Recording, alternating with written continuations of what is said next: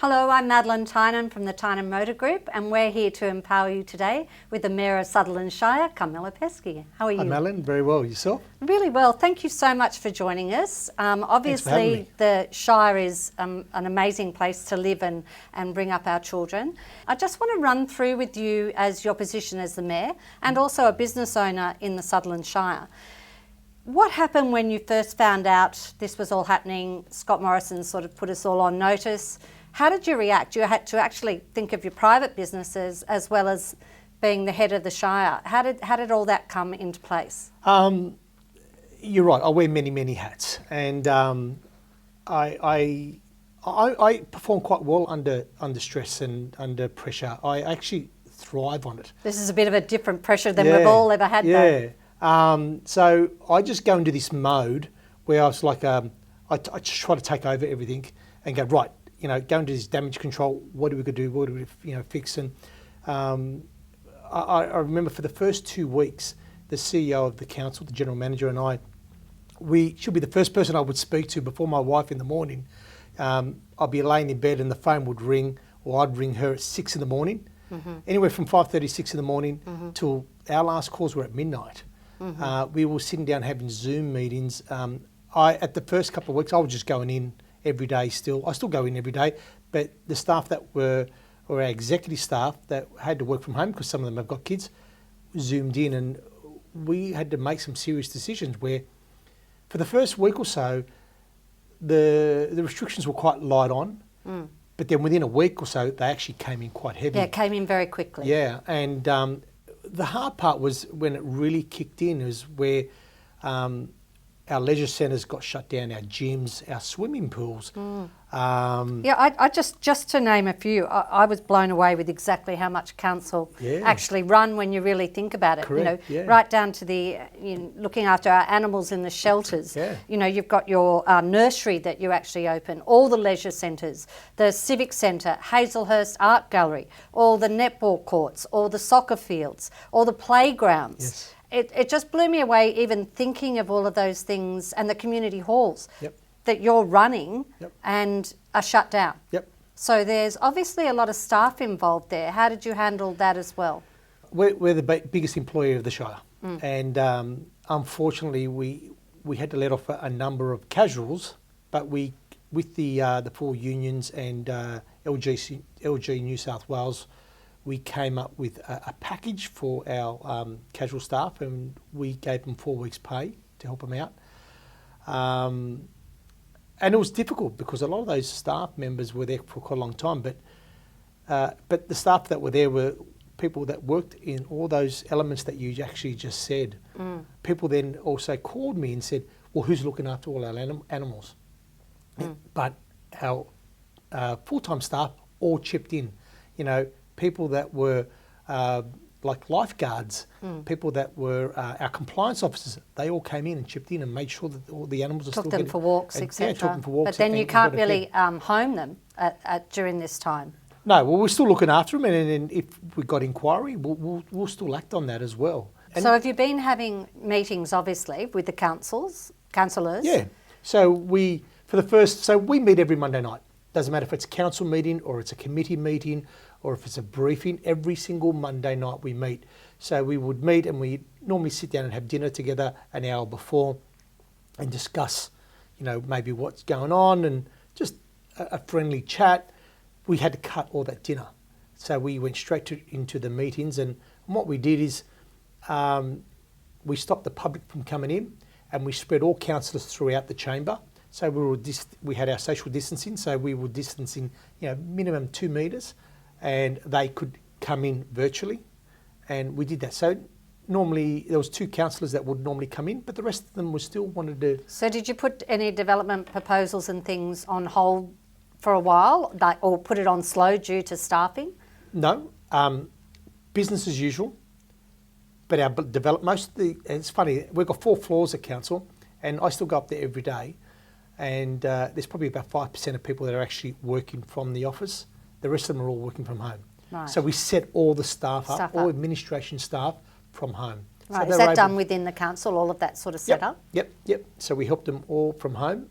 But we also gave them the option that if they want to, they can come in and feel comfortable. So when we got to closing down, obviously, the kids' playgrounds and all of that sort of thing, that's a big decision, obviously, for to be done. I mean, I know that the federal government sort of said, come on, let's get organised. But did you get any backlash on then closing the beaches and closing the walkway from South Cronulla to North Cronulla, things like that? Playgrounds and our swimming pools on that were mandatory. They had to be closed because that was what the direction that came down. And most of the stuff that we did was a direction straight from the state government and the federal government, and we just followed through and followed suit. We're very blessed here living in the Shire, and we've got our waterways and we've got walkways and bush and that. And if we're going to force people into lockdown at home, you know, I was concerned about the mental health of people. And for them to get out and suck in some fresh air, that's the place to do it. I mean, you couldn't do it at a more beautiful place than Correct, down at Cronulla or on the Port Hacking. But the problem we had is we had to manage it. Right. And we had to manage it properly. And if it got out of control, we actually had to close those beaches down. And there was 2 or 3 weekends where I was down there. I spent 5 hours in the buggies driving up and down the beaches with the lifeguards, and we were just educating people. When they would just try to sunbake, we'd go, look, you can't sunbake. You have to be exercising or you have to be in the water. If not, you'll have to move on. But we did it in a nice way. It was about educating people, and it wasn't about slapping fines or anything. But and that was quite difficult because every other beach in Sydney was closed, and we were the only ones. So we were getting a lot of people from up other north areas, coming in, and what that was doing is creating more of a nightmare for us. So I remember one day, our manager for lifeguards, Brett Richardson, rang me and goes to me, Carmelo, the beaches are out of control. And what we did is, we're quite fortunate. So Bondi is 500 metres long. Yes. We've got 7 kilometres of beaches. Yes. So we were able to spread that load and allow people to, enjoy that. And I remember when Brett, I said, look, I'll be down there soon. I was at home. I said, but in the meantime, are the police there? And he said, yeah, the police have just all arrived and they're strongly advising us to close the beaches now. And I said, well, where's the worst spot? And they said, it was so each area, north and south? Yeah, it was Wanda. And so each area, we picked a number of 500 people. So if there was getting more than 500 people in the water and on the sand, and we'll do number counts. We're going up and down and counting numbers. As soon as I started getting close to that 400 mark, they would call me. I said, okay, well, get in the buggies, turn the lights on, and the police were there with horses. I said, ask them to go up and down the beaches for us. And I said, I want you to close the esplanade between Somersault and Cronulla, because that was a quite narrow area, and that would deter people. When they get to that point, they can't go any further. They'll have to walk on the road. Right, disperse them at that area. And we dispersed them at that area. By the time I got from my place down to there, the numbers had halved. Right. Just for that police presence, and the police helicopter came down as well. What's planned? Like, I know you have a whole plan for the Sutherland Shire and the development of the Sutherland Shire, right from Menai right through to Cronulla to Engadine. What does that look like in your mind that those changes will have to be implemented? With planning, I don't think that's going to change. Now, one of our biggest projects that we've got coming up is the entertainment centre. Right. And that was meant to be closing at the end of July, I think. And we'll go out to tender and renovate. And that was, about $28 million, $30 million worth of work there. Right. There's some councillors that are saying, do we now put that on hold? But I think that's probably one of the... That's your money spinner though, isn't it? I mean, if that development is our future. Correct. My opinion, and I think that's the direction we're going to go, is to press forward with that project. We've gone so far down the track now where we haven't taken any more bookings, but that will stimulate jobs. So and not just the people that are coming there to build, but the surrounding area of Sutherland as well. Well, so you've named Sutherland as one of the hubs, right? Correct. So one of the hubs, the business hubs, is going to be Sutherland. Correct. So to actually stimulate that area, Yep. that is a major part of that stimulation. Right. That's right. So, but while those in the build for 2 years, while those guys are working, all those trades are working, they will go out and spend money within that retail space as well. They'll buy coffees and they'll buy lunch and, you know, they'll buy the paper and they'll buy flowers for their wives and their girlfriends and just things like that. That will stimulate Sutherland. And I think that's important that we continue on with those projects. And that will fall under a state significant project. So we're actually asking, because we still need to get a DA as well for that. Right. So we're in that process of getting that DA. And using the entertainment centre, we also had a number of functions, big functions. You know, Mark Vincent was going to play there. So we had already had a lot of food in that place to cater for all that. So what did we do with the food? Did we throw it away? And Dale, our executive chef, came up with an idea. He's now making packs of food packs for homeless people. Yeah, it's fantastic. Yeah, so 2 or 3 weeks, 2 or 3 times a week, we will get like the likes of a Rana or one meal, and they will come in and Dale will cook up a big storm for them, package it all up, and off they go. And we're helping the homeless people, and we're not wasting that food. So they're little initiatives that we're doing as well. So just coming back to the look of the Shire, Yep. which you put out, which I've seen on a number of occasions, the different hubs throughout the Shire, from Sutherland to Miranda to Caringbah being a medical hub, down to Cronulla, you know, sort of looking at more tourism. Now that we've had to obviously pull back and have a look at what we're doing, can you see, and I know I'm probably asking a little bit early, but can you see that direction changing due to what we're going through and have gone through? I hope not, and I don't think it will.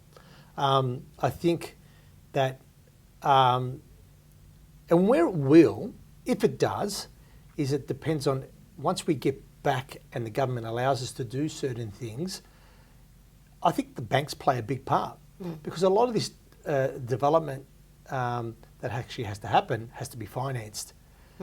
So if the banks, and the impression that I'm getting from the state government is that they want to stimulate the economy with building. So theoretically, it shouldn't change anything.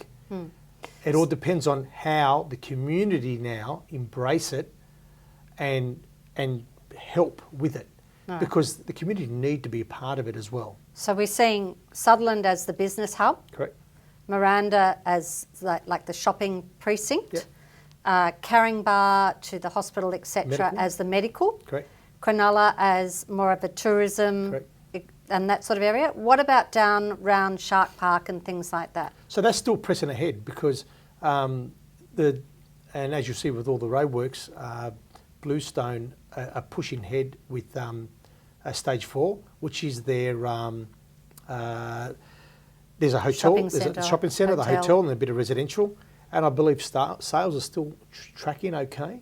I read on social media last night that a unit in these times, The highest price. the highest price unit sold for $10.25 million in Cronulla Yeah, in these amazing. times. Amazing. So it just tells you that people still have a bit of confidence. One thing I will say though is that has come out of you know, sort of what the Sutherland Shire people really are like, and what we've grown up in, is that we're a sporting and outdoor people, that we love our outdoors, we love the beach, we love doing our training, etc. The overdevelopment which is going on in the Shire, will you see that changing any sort of direction at all? Or I call that overdevelopment, but Yeah. I'm a original Shirey, so you know, like you're not. Yeah. You know what I say to people when people say to me, "We think that the Shire's getting overdeveloped," and I was born at Sutherland Hospital. I lived at Miranda at the bottom of the Kingsway. Mum would walk me to Star of the Sea as a kid. Same with me.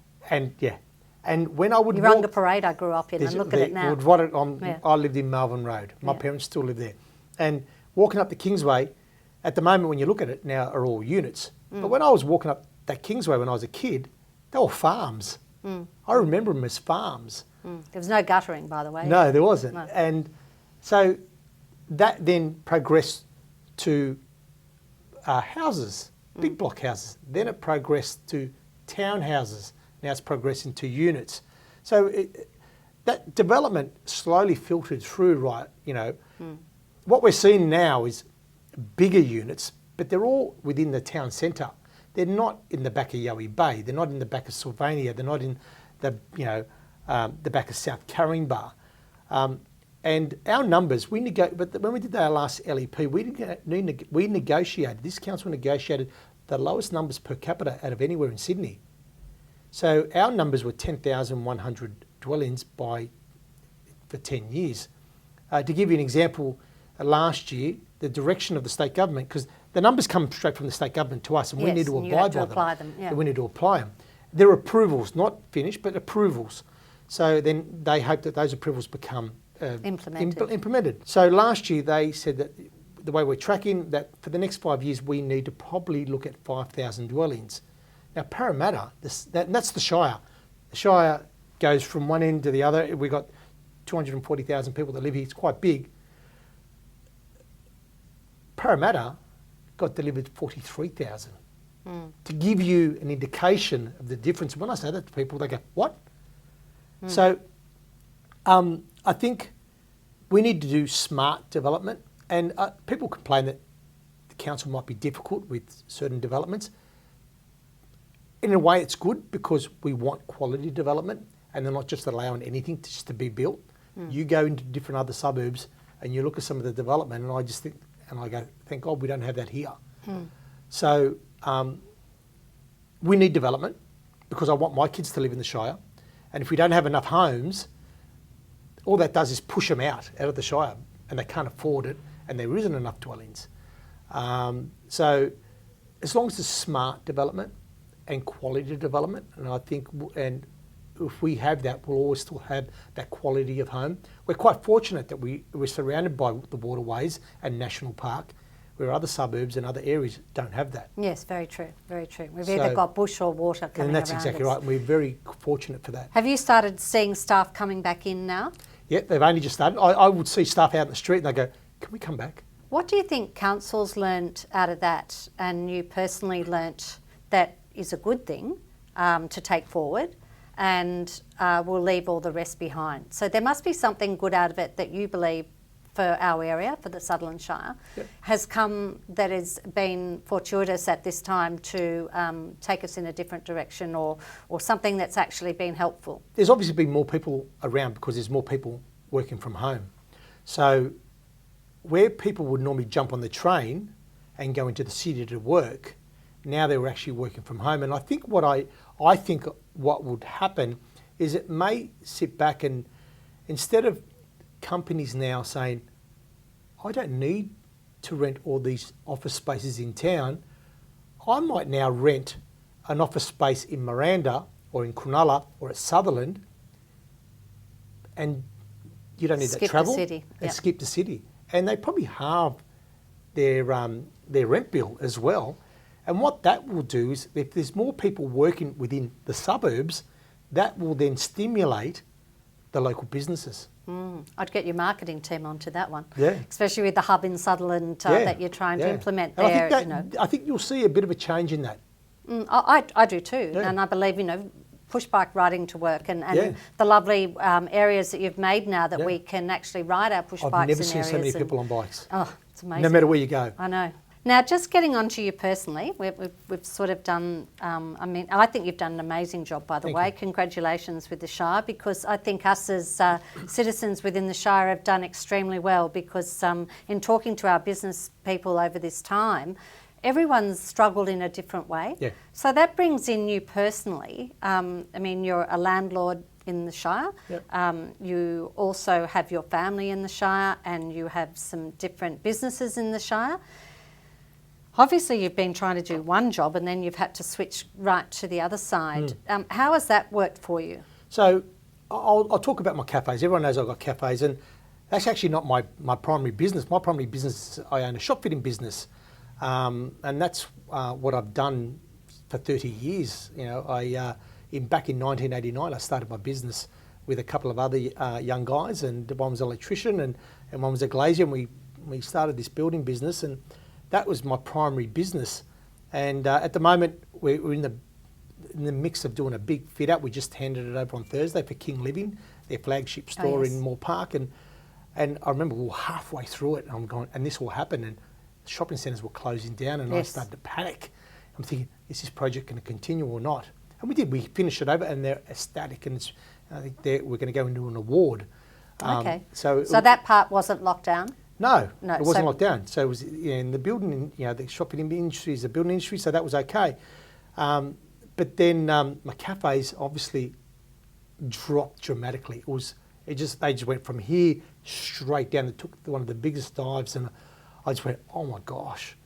I employed nearly 40 staff through my 3 cafes, and I had to go into this sort of like father figure of what I do. And what I did is I sat down some of the staff, and I sat down the managers, and I said, I wanted to look after all of them, but I couldn't. There wasn't enough work for them. The staff that had commitments with family, a mortgage, I gave them more shifts. But the young kids that were working for me, I said, look, once we get back on track, you'll come back. But at the moment, you live at home with your parents, and you're safe. I really need to look after my staff that have commitments, that have kids, and have a house, because they're the ones that are looking at me, and some of them started crying. I didn't know what to do, and I had to be strong. But once JobKeeper came in, and that helped, okay. And we started to diversify and gone, okay, let's reinvent ourselves. Let's, we need to be on top of each other. And that's, we bought in Uber Eats and Deliveroo, and then I thought, I just thought of this idea, and I went, let's start making coffee pods so we can sell them, and that'll be a long time. So we're actually in production now to make coffee pods, our own blend into coffee pods. So it's just about reinventing yourself. And looking at ways you can actually look outside the square. And that's right. And you had drop-in, they could buy coffee as they walk past. So we just So you were quite lucky with the walk-past ones. Especially along Canal. So, it was just about reinventing ourselves and getting it out there that we're there. We're still open for trade. The easy way is to close the doors. That's just this easy way. Do you own those properties, or did you have to renegotiate your rents on those as well too? So out of the 3 shops, I own 1, but I still got to pay a mortgage. So, and that's in a different company. I've got 2 hats there. Well, you would have had to. I was going to say you wear 2 hats, 3 hats: one for the council's rent, etc. One for you paying rent, and one for you gaining rent. That was a big thing for everyone to understand how that worked and how they could look at it, because that rule did flip a little bit along the way. It did, yeah. I am a landlord, and I have. I'm fortunate enough that I've got a mixture of property. I've got residential and commercial and industrial, and the residential portion of it is all okay. I haven't had anyone come to me for any relief. It's my retail shops that I own, and my industrial shops where they're the ones that have been affected, and I've had to sit down and coach them along, because some people flick into this mode and this is what we're going to do, but some people don't, and some of my tenants haven't, and I've had to sit down with them and go, look, okay, well, I want you to be here at the end. I don't want you, I don't want an empty shop. I don't want an empty factory. I need you still there. So let's sit down and work out and something that's fair for you and what's fair for me, because I've still got to pay the bank. I've still got a mortgage, and let's see if we can both get through it together. I think that's one thing that's come out of it. I haven't really heard any stories where there's been major, arguments, or most people have seemed to be able to work through it. And I think that's where Australians are really strong, and they do want to work together to make this happen. And I think that's where we've been lucky in the Shire too. We really haven't had any breakouts of a lot of people not abiding by what we were meant to be doing, and that everyone's reached out to somebody else that they know is in business and made that phone call rather than just sending an email or whatever. They've all reached out and used a real contact where we can't put our arms around each other, but they've reached out in other ways and sort of said, are you okay? Yeah, I think we'll come out of this as a better community and better people. And stronger. And I think we'll have to, as you say, look into what does it mean for the Shire? Where are we developing? What are we doing? Yes. And what are we going to fight for? That's your position, Correct. is what are we going to fight for to develop it and be the strong Shire that we always have been? Yeah, exactly. I really appreciate your time. No, thank you for having me. Thank you very It's been much. fun. It's always lovely to talk to you. Thank you, Madam. You've always been a wonderful supporter of the Michael Tynan Memorial definitely, Challenge. yeah. So we really appreciate you coming in and having a chat today. Thanks for having me.